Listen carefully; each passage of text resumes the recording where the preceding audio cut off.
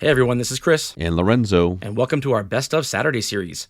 Now that we have hundreds of episodes, we get a lot of listeners asking us where to start. So we'll be selecting some of our most popular episodes to share each Saturday from our years of podcasting. We hope you enjoy it. No role plays, just real. Chris and Lorenzo share 4 decades of combined experience to help you become a more effective leader. We've never really, as a workforce, spent a lot of time on making sure we're developing good leaders. We'll be able to share stories, experience, mistakes, failures, successes. This is Hacking Your Leadership. Welcome to Hacking Your Leadership. I'm Chris. And I'm Lorenzo. And Lorenzo, on today's episode, I would like to talk a little bit about trust. Okay. I was listening to a podcast that was recommended to me called the Reboot Podcast. And an episode specifically was with an interview with Patty McCord, who was Netflix's former chief talent officer. She wrote the famous culture deck that has been viewed millions and millions of times. And the episode was around the importance of trust in the workplace. And it got me thinking about how there's an effort in most organizations when it comes to building trust. Both with their clients or customers, but more specifically with the employees of the organization. It's important to build trust with your employees. But I think a lot of leaders out there, they place a higher value on building trust than they do on just actually being honest. And I've been in rooms with people where a strategy on how to spin something gets talked about via a reorganization where people are going to lose their jobs, or a closing of certain locations where they want to make sure that people don't believe that that the company's in bad financial straits. A lot of different things get talked about, and there's this strategy of how to say what's happening to everybody else so that the impact is managed and the response is managed. And there's an element of that has to happen. I get it. I get that you can't just allow people to think what they want to think. So there has to be some explanation around why things are happening. But there's nothing to say that explanation can't be honest. And a lot of leaders nowadays, they will talk about the importance of building trust with the team in the same breath as they talk about how to lie to the team on an initiative happening or a reorg that's happening, and how to manage expectations and how to make sure that people don't leave the organization or disengage and stuff like that. So it's obvious that in certain places, building trust has a higher priority than actually just being honest. And so I want to talk about that a little bit, because I don't think you can have both. I don't think you can focus on building trust unless you start with just being honest. And so do you have any experience with this? Have you ever been in a situation where you are being given a corporate byline and you know what's going on behind the scenes, or there's rumors, and maybe even your people know already, and you're thinking to yourself, I'm going to be laughed out of the room if I even say this, because they know what's going on anyway in a worst case scenario, or B, my people will buy this temporarily in the short term. They're going to buy it if I say it to them, but I know it's not true, and it's going to hurt my credibility as a leader in the long run if I sell it this way instead of just being honest. Yeah, I'll be the first one to tell you that, like, kind of the idea of the spin, when it comes to businesses and teams and leadership. And, I was a sales manager for many, many a year. So if you asked me about, why something was underperforming, I'm going to give you an answer that does not equal because I don't care about it, which would have been the actual honest answer. Well, ideally, the answer is one that places blame on someone else altogether. Right. Or when you're really good, it places blame on everybody and nobody at the same exact time, right? And nobody at the same time. Exactly. Exactly. Yes. So I think that there's definitely an element of spin. That is, in some instances, I wouldn't say it's necessary, but it's helpful.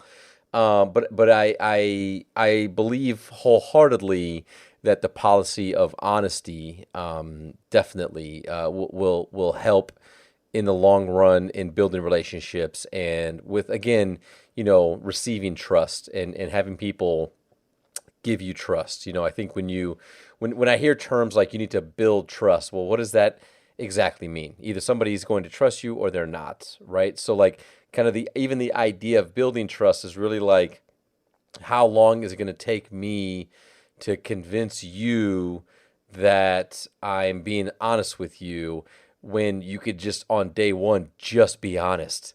And Right. you go like, oh wow, like I might not like Chris yet, but he's honest, right? I can Right. trust Chris because he's honest. Maybe I'm not used to that, or I don't like that, or I need to get used to how we approach conversations, we talk to one another, but he's honest, So like for me, that is always, honesty is always the best policy. As a leader, though, in a business, kind of in the example you were talking to, there's many times where you're given information that either is not to be shared, or you're asked not to share, or you're giving forward-looking information where there's going to be an impact in the long term to either how people do a job, what the job is, what the expectations are, what the strategy is. Like you have information where as a part of your role as a leader, you're not supposed to share that, Right. and your whether you're signing NDAs or whether it's just the expectation. But I always feel that if you take time to understand it, if you really think about what this looks like, and if you're able to be honest with your team about where they are, you can help provide them with direction or advice that gets them down the right road without having to give them the details that you're not supposed to give to them. So yeah, I would completely agree that honesty is the thing that will then, provide people the confidence to trust you as a leader. And that the spin, again, we all do it. I'm guilty of it. We're all guilty of it in certain instances. But at the same time, like there's never a place for that when it comes to the real development of our people, or when it comes to things that will have a real impact on their lives, their careers, or their personal, professional goals. I think that the idea of building trust has almost become synonymous with, how do we get away with lying to our people? Like that's what that's what Yeah. it is. When someone says I need to build trust, I mean, you don't build trust. You just start being honest, and eventually the trust gets built. And then you look back and you go, oh, this relationship has trust. I don't know why the knee-jerk reaction is that people can't handle whatever the truth is. I hate the term brutally honest. Like like in order to be honest, you have to be hurtful. There are plenty of people in my life that I have where I am always honest with them, and they are always honest with me. And we don't leave our conversations with one person crying. If you have to be brutally honest with somebody, it means you haven't done the pre-work of making sure the relationship is in a good place where you have the right to be honest with them in the first place. So if your idea of honesty is that you don't pay attention to one of your employees until they're doing something wrong, and then you have to sit them down and tell them how they're screwing this up and they're messing that up, and that's brutally honest with you, to you, then what you're basically saying is, I only care about this relationship in such that if something is wrong, I need to get it fixed because it's my job to get it fixed. And then that comes off as brutal honesty. But if you have a good relationship with that employee year round, and they get plenty of positive feedback from you, and they get plenty of development from you, then there's never any brutal honesty to begin with. There's just honesty. There's just conversations that have to happen, and no one takes that the wrong way. So the concept of brutal honesty has never rubbed me the wrong way, but that feeds into this idea that people can't handle the truth. Well, they can handle the truth if you have a good relationship with them. When they can't, it's because you haven't done the work setting up that relationship. Yeah, I completely agree with you on the brutal honest thing, like the brutally honest thing. Like, why can't it just be honest? There's no descriptor needed to, say how honest it is. Like, I didn't realize there's a sliding scale of honesty. Right. This is painfully honest. This is, easily honest. This is harmless honest, right? Like, it doesn't make sense at all to me. It's just either honest or it's not. And I agree that it's one of those things where if you haven't based the relationship on honest conversation and transparency, then having to be honest feels weird. And that's when I think you start to sprinkle in the how do I spin this, or how do I get this across, or how do I do this, or how do I do that? There's many times in business where something needs to adjust, right? Right. Whether it be the company, an organization makes a hard left turn on something. Last week we were all about this. This week we're no longer about that, right? Right. And the company will say, yeah, but we don't want to get the wrong message out. We don't want people to think. Well, then the only way to really effectively handle that situation is to go tell people why. Hey, this is what we believed last week. Based on the trajectory of the company and the philosophies that we have and the values that we have and the whole thing, this is why it changed. We no longer believe this as a fact, or this has happened in the industry, and because of this thing happening in the industry, we have to now shift our strategy, and that's no longer going to be profitable for our organization. So we have to cut that out, or we have to, do being very honest with people. At minimum, at least they will respect and understand why something is happening, or why you're asking them to do something, or why something is changing, versus that, we've all been in those meetings where somebody goes, hey, I brought you all together, I just need to read something to you real quick. And you Right. start rolling your eyes, and you're like, okay, here comes the script of whatever you're being told to say by a legal team somewhere. And you're just waiting for okay, so what does this really mean? Right. What are we really trying to say here, right? Great leaders will do what the company asks them to do and say, hey, I've got to read you something because it's extremely important that there's a consistent message across an organization so that everybody hears exactly the same words in regards to something that's happening here. After I read this, we're going to have some conversation about it, and I'm going to answer all your questions. Right. And we'll talk about how this impacts us, how this impacts you, and we'll discuss, maybe why this is happening. So because that's the type of conversation that people want to have, and you're being upfront about why you're about to go do this thing. Yeah, it's interesting how you don't have to choose between being a good leader and putting your own job in jeopardy. If the directive is you need to read this to your team, you need to land this message with your team, that's fine. But if you think your team's going to believe you wrote that instead of it was written and handed for you, then one, you don't respect your team enough, because they're going to see right through it. They know who you are, regardless. Whether you're a great leader or a terrible leader, they're going to know that wasn't your verbiage, that it was somebody else's. And so this assumption that, oh, I'm gonna read this and they're gonna move along happily with their life and everything's gonna be great, it is completely naive. And I think as time goes on, it becomes even more imperative for leaders to be completely honest with their team, because I think the climate we live in terms of politics and the media and the kind of we're kind of in this mode where we have this knee-jerk reaction to believe that we are not being that someone is not being truthful to us. We approach everything with a level of skepticism right now, and so because the story is never the story is the cover-up.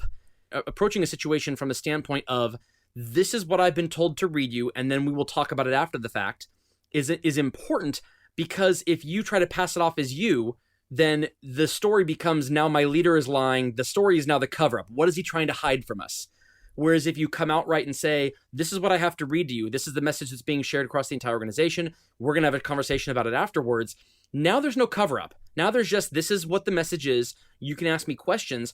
And then I think what's equally important is to approach the question and answer period afterwards from the standpoint of no spin either, because I think there are plenty of leaders out there who will look at a corporate byline and say, this is obviously not my words, so they'll be honest with their team and say, these are not my words. But then when the Q&A comes afterwards, they go into their own level of spin about what they think they can and can't say. And it would be very refreshing to a team of people if their leader stood up there and said, that question you just asked me, I actually do know the answer to that, but at the moment I don't know if I'm allowed to tell you the answer. I don't know Right. if I'm allowed to. I could be Right. putting my job in jeopardy if I do tell you, and I'd like to seek some counsel on that before I just go ahead and tell you. But I promise you, if I'm allowed to, I will tell you. And or being able to say, I don't know the answer to that, but let me see if I can find out. It's this idea that you don't want to patronize your people by assuming that they are children and that children can't handle the truth. Sometimes they're not allowed to have the truth. But it doesn't mean they can't handle it. It means a decision was made, maybe above your pay grade, that they don't get to know, and it's not your decision. You don't have the right to go against what that directive is. But that doesn't mean that you should go against the relationship you have with your team by trying to fall in line with whatever that message is at the expense of the relationship. You need them to follow you. And they're not going to follow you if they believe you're spinning something to them. It's a great point, because I think even in those times, like when there is the hard question, or when there is the thing that is being asked, like because people really are smart, and people this day and age are really good at putting the puzzle together, connecting the dots together. And I've been in situations where in similar types of things where somebody asks me a question that is actually the answer. Like, Right. they figured it out with whatever little pieces they got together. Yep. And really the only way to navigate those conversations is to just be that and say, like, at this time, I cannot answer that question. And I think too, like, I know we're talking specific, in this example of, maybe a situation where you have to provide context or content or communicate to your team. But I think even where I see this play out even more is when you have situations around people, like, things like attendance and things like where you have to have a conversation with somebody and you have to just be honest with them and say, like, well, like, I understand that this is what maybe is going on in life, or I hear you on saying that these are things that are obstacles right now, but let me be really clear, like, your attendance is completely unacceptable. Like regardless of these things, what you're supposed to do is come to work when you're supposed to be at work, and you haven't, and that's unacceptable. Now, I have maybe solutions or resources to help you work through some of the things that you're just explaining to me about this, but we're having this conversation because you are, above and beyond the average of people when it comes to things like call outs or whatever the case is. So like that level of honesty and just telling people that, and not allowing the story to shift how you maybe then want to spin, or, well, no, I understand, and like, life happens, and sometimes with people, and you've got to just try to like figure this out. Like, be honest and say what it is, and say like why you're having the convo. See what resources you have if you want to help somebody. But at the end of the day, they need to walk away from that same conversation realizing that like this behavior needs to stop. Because the end result of this not stopping is that you don't get to work here anymore. But also at the same time, but if there's things that we can do to help support what you're going through, we're absolutely going to do those things. As a matter of fact, here's the number to call. Here's the information that I have. Follow up with this. Let me know about that. But please understand that if that's not a solution, if there's nothing there for you to take care of some of those things, this behavior must stop immediately. Yeah, it's what I call crippling empathy, meaning when the empathy goes so far that it makes the person feel great when the conversation's over, but does nothing to help them long term. So if at the end of the day they're going to end up losing their job over whatever they're doing if they don't get it fixed, then choosing to be empathetic to the point where they don't leave the conversation with the information they need in order to help fix the problem, you're hurting them more than helping them. They might feel good when they walk out of the room, but you've done nothing for them long term. You don't have to choose between the two. Being empathetic means being able to walk a mile in their shoes and understand what extenuating circumstances might be there, but that doesn't come at the expense of whatever else needs to get done because you still have a job to do. If there are things you can do to work around it that you have the power to do, and they're an employee worth saving, great, by all means do it. I'm all for that. But if you know that not fixing the problem is going to lead to their departure, then you've done nothing for them by just sitting there and listening and being a shoulder and not actually being their leader. Yep, I completely agree. And with that, it brings us to this episode's 1 Minute Hack. The 1 Minute Hack. Okay, for this episode's 1 minute hack, what I want you to do is the next time you are preparing to have a conversation with one of your people where something has to change, a behavior, a practice, something has to get better in their performance, I want you to write down everything you can around the honest reasons of why things need to change, the honest reasons of what is wrong and what the expectations are. Basically the things that you would write down if you were trying to change something about yourself and you had no choice but to fix these items. I think a lot of times what happens is in the moment when people are in a conversation, what happens is the honesty is thrown out the window in preference for what the leader believes is trying to maintain the relationship. They're trying to preserve the friendship or the positive feelings, and so they become wishy-washy around what message actually has to be landed. And if you write down in advance some bullet points of the things you actually have to land in that conversation, and then keep those in front of you, you'll be much more likely to land them and less likely to have that person walk out of that room feeling really great, but less likely to be able to improve on what needs to be improved on. Yeah, no, I think it's a great 1 minute hack. And the only thing I would add to that is, there may be an opportunity as you start to do this type of work to even recap at the end of the conversation. So if you have your notes and you have your outline and you've said these things in the conversation, when it comes to the end, just say like, okay, just to recap, I want to make sure that we're on the same page. As an example, this type of behavior is unacceptable and must stop. We've provided you with resources, yada, yada, yada.